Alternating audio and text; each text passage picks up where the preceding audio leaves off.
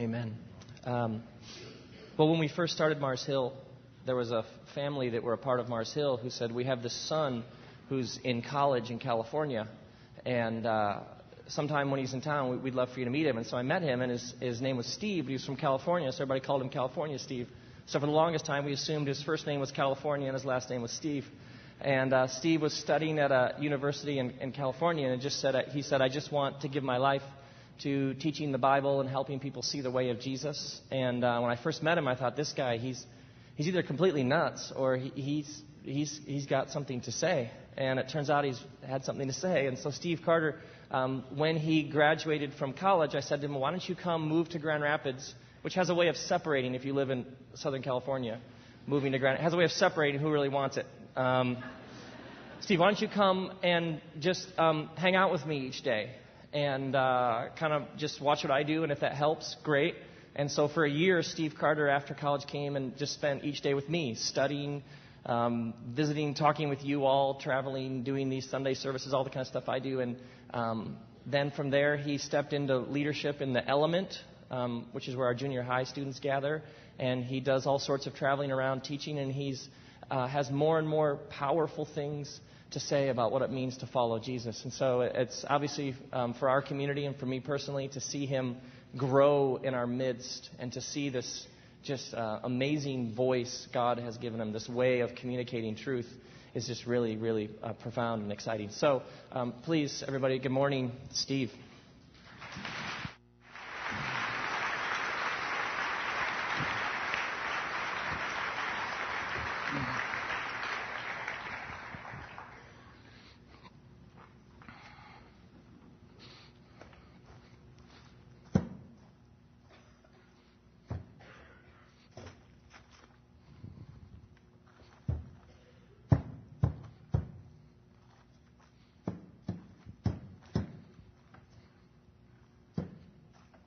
First time we meet Moses as an adult, he's bearing the body of a man he just murdered.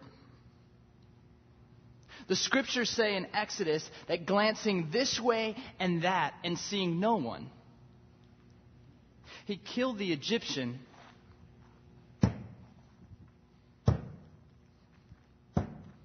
and hid him in the sand.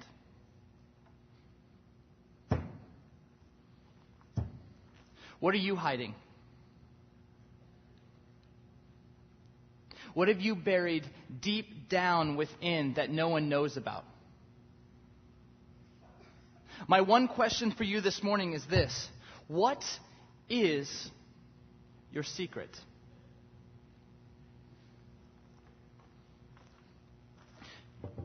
(2004) November, Frank Warren has an idea, a dream for a community art project. He goes to Kinko's, he prints off 3,000 postcards, and begins going to local coffee houses, rock clubs, and theaters. And he leaves these postcards there. One side, it's just blank. On the opposite side, he has his address on one half, and then the other half is an invitation. An invitation for you to share your secret. He asks that you be raw and honest. You be creative, be specific, and share with him something that you've never shared with anybody else. And people did it. People actually did it. And within a few months, Post Secret was born. And since this book did so well, they've released 2 other books that have even done even better. And I'd love to show you a few of these postcards. I trashed my parents' house to look like I had a party while they were out of town, so my mom would think I had friends. Extraordinary confessions from ordinary lives. And these postcards, they're raw. They're vulnerable. Some are just hilarious. Others are just bleeding with despair. And others are just overflowing with hope and redemption. So my mom would think I had friends. Next one. I'm a Southern Baptist pastor's wife. No one knows that I do not believe in God. No one knows.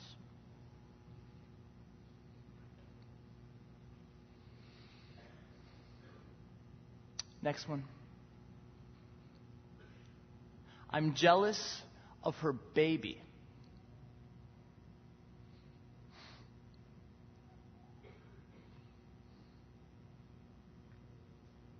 Next one.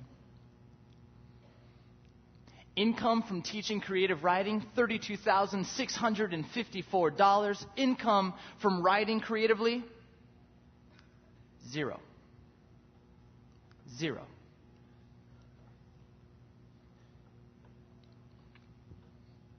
Next one.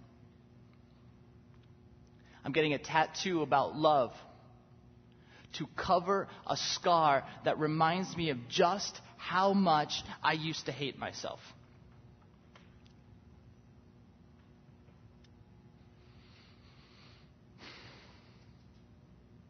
Next one. I used to fertilize a ring in our lawn every time I mowed it. It grew. My parents still think it was aliens.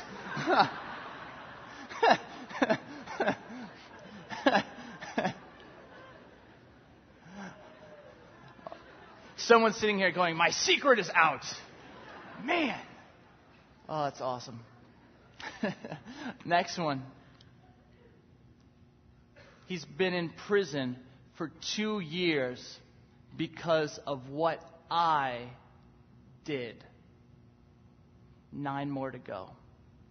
Because of what I did.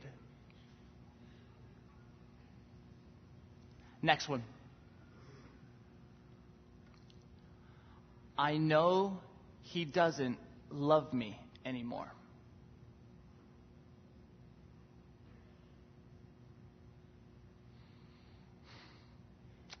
Next one.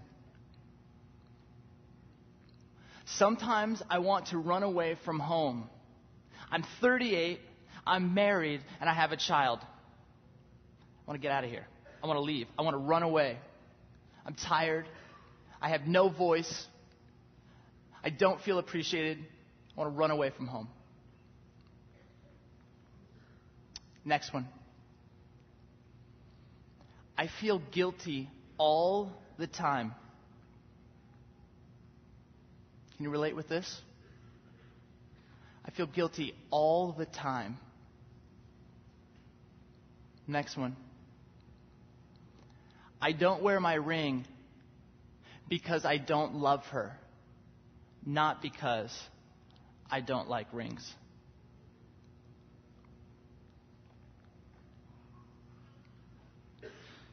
What would you write on your postcard? What secret would you share?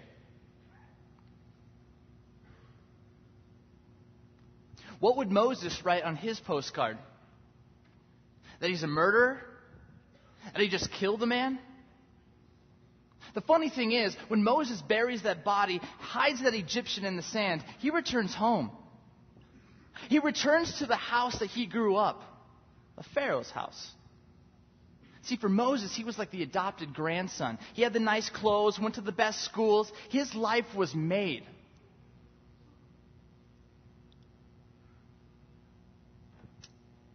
He goes to sleep. The scriptures say that he wakes up the next morning, the day after he killed the man, and he goes back out to the field where his countrymen, his Hebrew brothers and sisters are enslaved. And when he goes out there, he sees 2 of his own people, 2 Hebrews, fighting.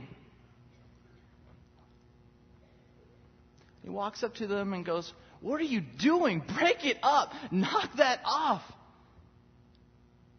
And one of the Hebrews looks back at him and says, "What are you going to do? You going to kill me like you killed the Egyptian?" Which isn't a very smart thing to do if the man just killed a guy the day before. I wouldn't recommend that. But it is a great commentary to show what these slaves felt about themselves and their worth and their life. What are you going to do? You going to kill me now? I don't care. It's better than making bricks. And Moses realizes at that moment that his secret is out.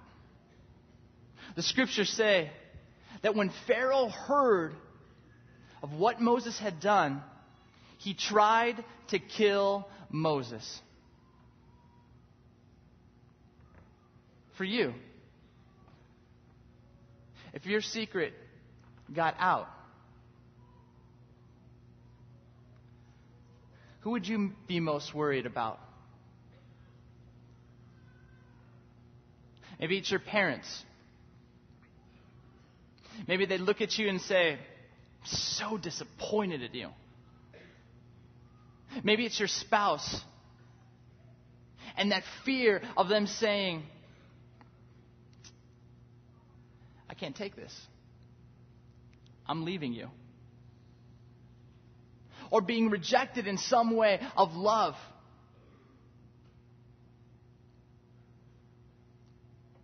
And when Pharaoh hears this, he tries to kill Moses. You know what the next three words of this verse are? But Moses fled. But Moses fled. I mean, isn't that the human story? When it gets too tense, when our secrets get out, instead of dealing with them and returning and accepting responsibility, what's the easier thing to do? Let's flee. Let's run. Let's get away. And that's what Moses does.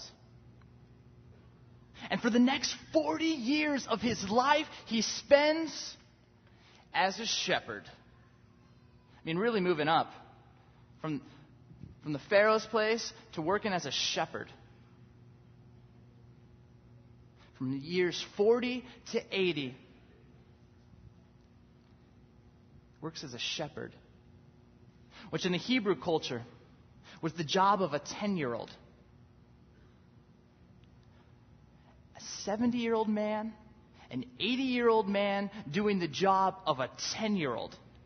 And when the Hebrew writers read this, when the first audience heard this, they were like, obviously this guy is stuck. Obviously this guy is fleeing some situation. Obviously this guy's running from something. I mean, no one sets out to be like, man, I want to be a shepherd someday. And for 40 years, that's what he does. 40 years. Now, I got to tell you the story. When I was 16, 2 weeks after I had gotten my license, I was driving my Volvo, which is a good, safe car. And I was driving, got hungry late at night coming back from some friend's house. I stop at Taco Bell. I order number 8, soft tacos, Mountain Dew. I'm driving home. And the smell, it was just drawing me. I had to get it. I had to take it. So I open up the bag, start eating these tacos. I take the first bite. That thing was hot. So hot I dropped the taco. And I'm driving and I'm like, man, I want that. I want that now. I'm going to pick that thing up. And as I was bending over to pick this taco up while I was driving, my car went into a spin and I crashed my Volvo into a tree. 2 weeks after I got my license. And I'm sitting there going, if my mom and dad find out that I dropped a taco, tried to pick it up, they're going to kill me. So, when the officer comes, he asks what happened. Well, these kids from Moore Park, a neighboring town, they don't like me. And they ran me off the road. Really? Yeah.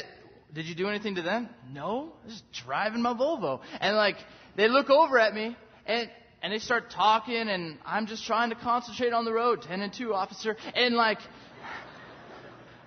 All of a sudden, they move the car over. I go into a spin, crash into a tree.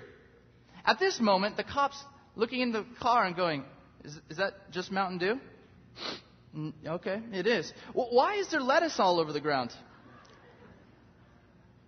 Because when I crashed, taco went everywhere. For the next 4 or 5 years, I held that story with my parents. So afraid that if my dad or mom found out, they'd be disappointed with me, ashamed of me, take my keys away. And for Moses, the secret, he just fled. Does the work of a 10-year-old. And honestly, secrets can make us do some pretty childish things. We'll begin lying. We'll begin trying to cover up. We'll regress. We'll stay stunted in some growth. And we'll hold ourselves hostage. We'll be enslaved to these secrets.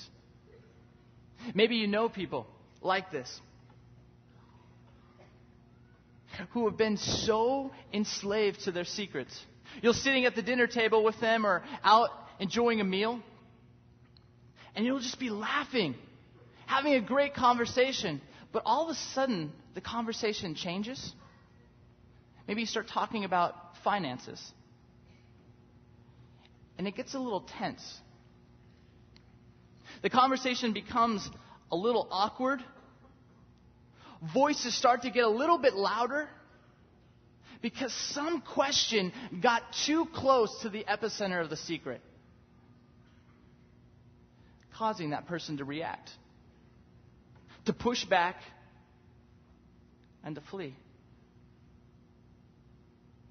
And for many of us, what you would write on that card becomes your God. You're so in tune with it. You hear it. You try to protect it and guard it. And anytime it gets close to being punctured, you flee. You run. You fight. You react. And it ends up keeping you stuck in a desert. 40 years, this is what Moses' life was like. Until one day he's walking and comes across a bush that is being consumed by fire. It's not burning up, but he sees this bush and he's perplexed. Why isn't this bush burning up?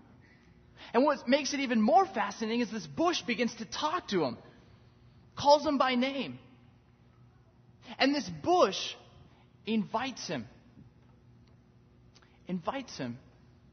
to take part in God's greater story.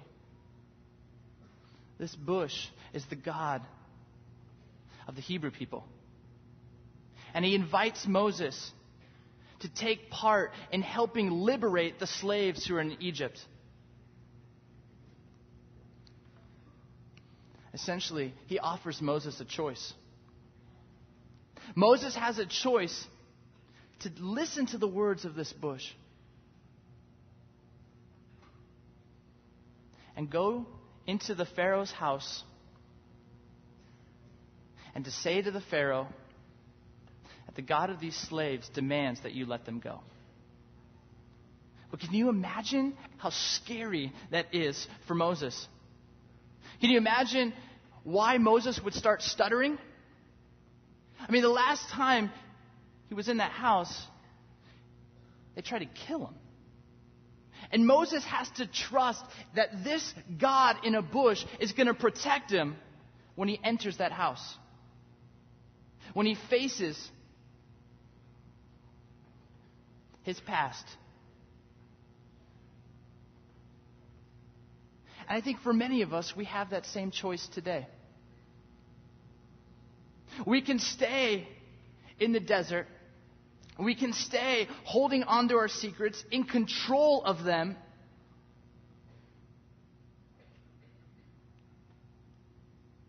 Or we can go and, like Moses, set ourselves free. And not only liberate ourselves, but play a part in helping liberate others. We have that choice. We have that choice. And for many of you, you know the story that Moses chooses to go back to Egypt, to go back to the Pharaoh's house and demand that those Hebrew slaves be released. And God, by his power and outstretched arm, helps make this a reality. And Moses ends up taking these Hebrew slaves on a journey toward a land that had been promised a long, long time ago. And one day, as they're on search for this promised land, God calls Moses to the top of a mountain. If you have a Bible, turn with me to Exodus chapter 19.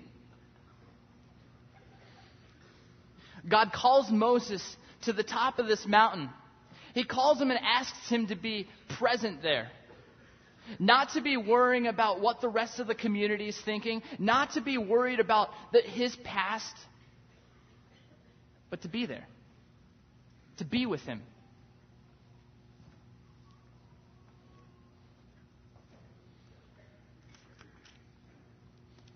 Verse 18 says this: Mount Sinai was covered with smoke because the Lord descended on it in fire. The smoke billowed up from it like smoke from a furnace, and the whole mountain trembled violently. As the sound of the trumpet grew louder and louder, Moses spoke, and the voice of God answered him. Moses speaks on the top of this mountain, and the voice of God answers him. Now, what's beautiful is in the translation of this, there's so much mystery. You'll see that there's a little footnote, and the scholars have wondered and wrestled, what does this passage mean? Some translate it that Moses spoke, and if you look down, and God answered him with thunder. So Moses gets up on the top of this mountain, he starts speaking, and all of a sudden God goes, kind of awkward, all right? Maybe I didn't say that correctly, God. I like to think of it kind of like the AC/DC song. Like Moses is speaking, hey, God has it, thunder! You know, like all of a sudden, da-da-da-da-da, thunder! And it just became this huge concert. It's my story, it's cool. But rabbis have wrestled about, what does this mean? Moses is up there speaking, and God answers him with thunder. And what many believe is that it wasn't the thunder that accompanies lightning, but it was the thunder from within. And that Moses was present enough, he was free enough, that he could hear God's thunder and translate it into words and into actions for his community to see. Exodus 20, Moses comes down the mountain after hearing God's thunder and has 2 stone tablets in his hand. 10 words, offering up 10 ways, 10 commandments for the Hebrew people to live in harmony with God. I think this is such a beautiful picture because we can assume that Moses was so free that he had been liberated somewhere along the story, and that secrets weren't holding him back. Secrets weren't his God, but yet he was free to hear God's thunder and translate it for all the world to see. Friends, I don't know where you are today. You might, in the past weeks, have made some choices and begun a process of bearing some things deep down within that nobody knows about. Some of you might have had words that were spoken to you a long time ago. Things that were acted on your behalf that you never would have wanted. Some of you have made choices and have kept that secret, and it has enslaved you. It has robbed you, and you're stuck in a desert. And I think today God is putting a bush before you and giving you a choice.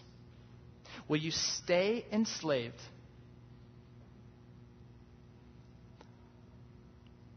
Or will you choose freedom? Will you choose to deal with your secrets? The truth of the matter is that secrets enslave. They hold you back from living the best life possible for God. They hold you back from hearing God's thunder and translating into words and beautiful expressions for all the world to see. And when I look at this cross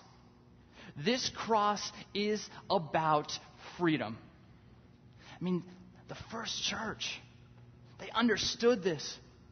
Galatians 5 is this. It is for freedom that Christ has set us free. Stand firm then, and do not let yourselves be burdened again by a yoke of slavery. Be free. Be liberated. When I think of communion, I think of a man who died so that we would hear God's thunder. That we would be so one that nothing would hold us back from hearing that thunder. We're going to take part in communion. And when you come, there's the elements that are so sacred and so ancient. The bread, which has been broken, a symbol of Jesus' body. And when you take that bread, it's a symbol that you're saying that I am choosing to be bound to Christ. I am choosing to live a life that has been set free. And whatever holds me back, I'm going to do my best to lay it at the cross. Some of you have white postcards. And the problem with Post-Secret, in my opinion, is that people make the secrets, they send them off, and they're so compelling, but they're still secrets. And maybe for some of you today, you need to write out your secret. And maybe in this community, sitting beside you is a spouse, is a friend, is a member of your house church, another friend at your school. And maybe this time of communion is about coming forward, taking the communion together, and using this space to share your secret. And when you share your secret, maybe up at the cross or around one of the elements up on the stage or in the back, maybe you exchange it, saying, I'm not going to be bound to this postcard anymore, bound to this way of life. No, I'm going to be bound to this. Secrets enslave, and the cross frees. Let's pray. God, I thank you so much for your Son, who is a symbol of liberation and freedom. God, I pray for the people sitting in these chairs, that what is ever holding them back, whatever those secrets are that are enslaving them and stopping them from living the best life possible for you. God, may they find courage. May they find refuge together as they come forward in community, saying we want to be bound to you, Christ, not to these secrets. And God, may through that spiritual and courageous act, may they begin to hear your thunder. May they begin to hear your voice and your Spirit in such compelling ways that it helps them liberate others. We praise you, Father. And may our open, honest selves be a true, beautiful form of worship. It's your name we pray. Amen. If you came prepared to give an offering, there are joy boxes in the back. If you have anything that you want to talk about, there will be a group of people who would be willing to pray with you, to talk with you and help in any way we can. I'd love to close with a benediction. My brothers and sisters of the Mars Hill community, may you go forth free, not enslaved, but free. And may this week you not hear the secrets, but may you hear God's thunder.